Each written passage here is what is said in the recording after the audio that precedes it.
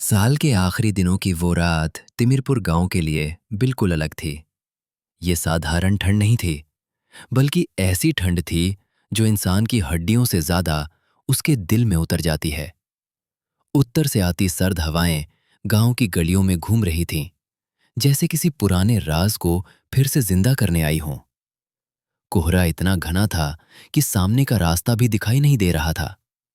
लेकिन उससे भी ज्यादा डरावनी बात यह थी कि उस कोहरे के भीतर कुछ छिपा हुआ महसूस हो रहा था।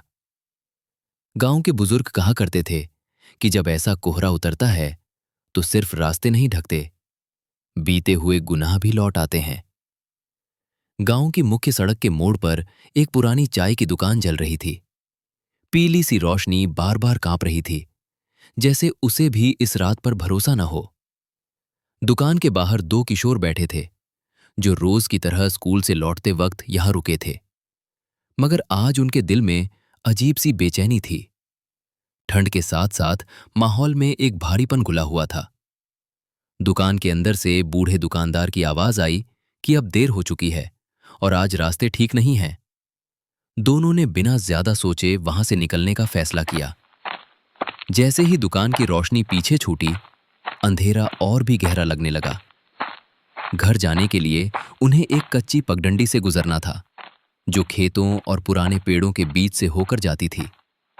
आम दिनों में वही रास्ता छोटा लगता था, लेकिन उस रात हर कदम भारी लग रहा था, जैसे जमीन भी उन्हें आगे बढ़ने से रोक रही हो। कुछ देर तक दोनों चुपचाप चलते रहे। तभी अचानक उनके पीछे किसी के कदमों की आवाज सुनाई दी।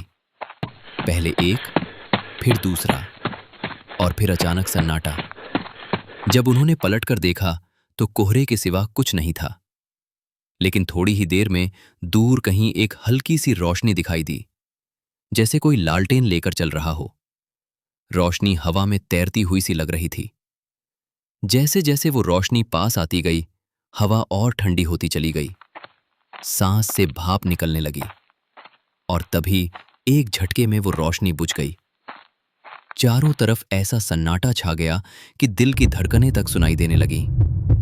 उसी सन्नाटे के बीच पीछे से एक धीमी फुसफुसाती हुई आवाज आई, जिसने रुकने के लिए कहा। दोनों के कदम जम गए। जब उन्होंने मुड़कर देखा, वहां कोई नहीं था, बस कोहरा और एक अजीब सी गंध, जैसे गीली मिट्टी और सड़े हुए कपड़ों की। डर अब साफ महसूस होने लगा था। उन्होंने कदम तेज कर दिए, लेकिन तभी खेतों की तरफ से किसी के रोने की आवाज सुनाई दी। धीमी सिसकियां, जिनमें दर्द भी था और किसी अनजाने इंतजार की थकान भी। अचानक वो रोना एक लंबी खोखली हंसी में बदल गया। उसी पल कोहरे के बीच एक झुकी हुई परछाई उभरने लगी, जैसे कोई बहुत पुराना बोझ उठाए खड़ा हो। परछाई धीरे धीरे सीधी हुई और उसका चेहरा साफ दिखने लगा। सूनी आंखें, जमे हुए होंठ और एक ऐसी मुस्कान जिसमें जिंदगी नहीं थी। उस परछाई ने बताया कि वो रास्ता ढूंढ रहा है, पिछले 15 सालों से। ये सुनते ही दिमाग में गांव की एक पुरानी कहानी गूंज उठी। 15 साल पहले इसी रास्ते पर एक किशोर अचानक गायब हो गया था। कभी उसका शरीर नहीं मिला, कभी कोई सच सामने नहीं आया। हवा अचानक बर्फ जैसी ठंडी हो गई। ऐसा लगने लगा जैसे समय रुक गया हो। परछाई ने बस इतना कहा कि उसे किसी का साथ चाहिए। उसी पल दूर गांव की तरफ से कुत्तों के भौंकने की आवाज आई और कहीं मंदिर की घंटी बजने लगी। जैसे ही वो आवाज पास आई, परछाई तड़पने लगी। उसका चेहरा दर्द से भर गया और फिर वो कोहरे में घुलती चली गई, मानो कभी वहां थी ही नहीं। डर से कांपते हुए दोनों बिना पीछे देखे भागे। किसी तरह घर पहुंचे और दरवाजा बंद किया। उस रात किसी की आंख नहीं लगी। सुबह जब गांव वाले उसी रास्ते से गुजरे तो खेत के पास एक पुराना कंकाल मिला, बिल्कुल उसी जगह जहां रात को वो परछाई दिखाई दी थी।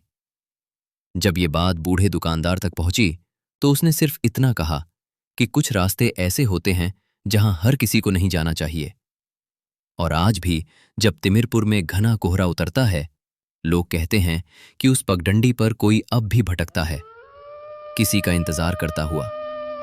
क्योंकि इंसान मर जाता है, लेकिन अधूरी कहानियां और अधूरे गुनाह कभी नहीं मरते।